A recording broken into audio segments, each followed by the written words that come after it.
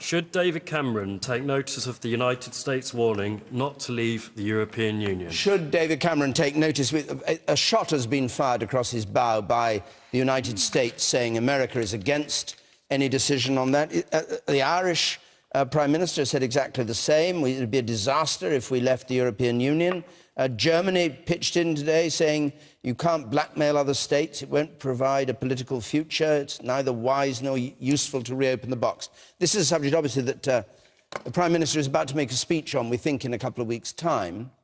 So it's very much on the agenda.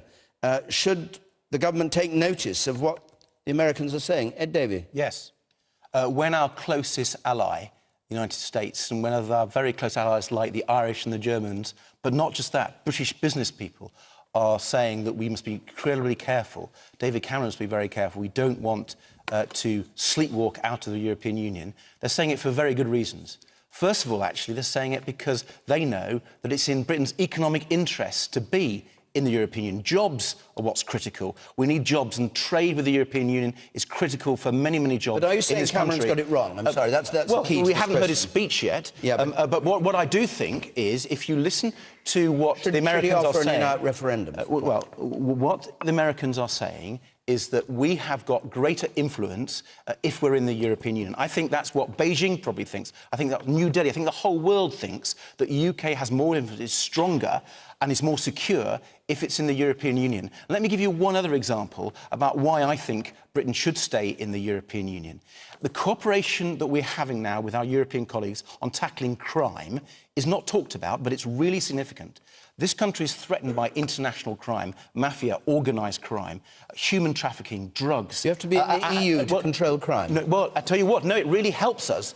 Okay. Seriously, the European... No, I'm not suggesting you're not being serious. I'm saying, is it relevant? It's very relevant. Right. Until we had the European arrest warrant, there were British criminals, rapists, murderers, who were going to Spain to Costa del Crime and escaping the law. Because the European Union brought in the European arrest warrant, those wicked people are now serving time behind bars under Her Majesty's pleasure. Well, that's the sort of thing we can get by staying in the European Union. That's not the point that the Americans or the Germans or the Irish are making. I want to stick with that. Can I disagree with Ed? Yes, we only have a couple of minutes left, I'm afraid.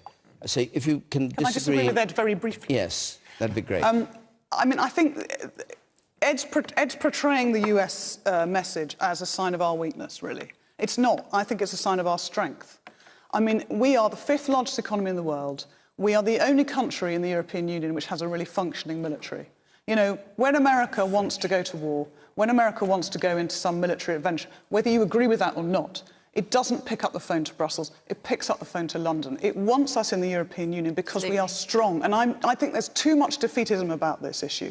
We can, if we negotiate properly, we can negotiate some of those powers back. I don't want to go into the drug laundering or the crime, but there are powers that we need to take back. We do not want to be run by Europe. The Working Time Directive... No, I said we only had a couple of minutes and I meant it. Let's not be defeatist. We'll do it on subsequent programmes. All right, let's not be defeatist about what the government is intending to do by way of renegotiation. Well, let's not see the US message as defeatist. It's about actually our strength.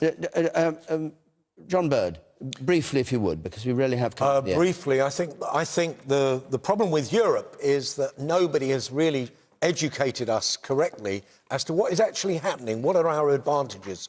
What are our disadvantages? There are many, many disadvantages. The greatest disadvantage for me is when I hear some of these cockamamie plans that come out of Strasbourg and the other places where you actually think there is another government telling us what to do, which we wouldn't do that way, we would do it totally different. I think there is too little understanding of the pluses and minuses. So I would like a referendum, I have to say. I'd like a referendum, but based on the fact that it was done because we had the cognitive ability to understand what were the pluses and minuses. Should we stay in or should we go out? OK. And...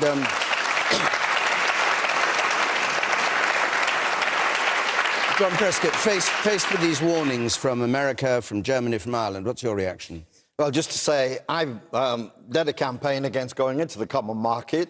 We had a referendum and we lost. Just remind people they don't come easily that way. Secondly, just bear in mind these are global problems and we need global solutions. Environment and Kyoto is an example of that. Ed, you have to negotiate with these. Europe's an important card in those negotiations. Right. But don't lose sight of America. America looks to its own interest, not ours. They like our acceptable face in Europe. But what they do, if you look at the climate change, they refused internationally, and still do, to join up to a global solution, because that is in their interest. You're saying ignore the advice coming from America. Well, hear it, listen to it, but don't forget that the Americans are looking after their interest, not our interest. Okay. And sometimes we're the acceptable face. Nadine, very briefly, if you will. We send £53 million a day from the UK into Europe. One of those days, £53 million was save Lewisham Hospital. I think we should be out of the Euro. I would like not to send that money to Europe every day. And I think the Americans should look after America's business interests, and we'll look after our own. Thank you very much. Good.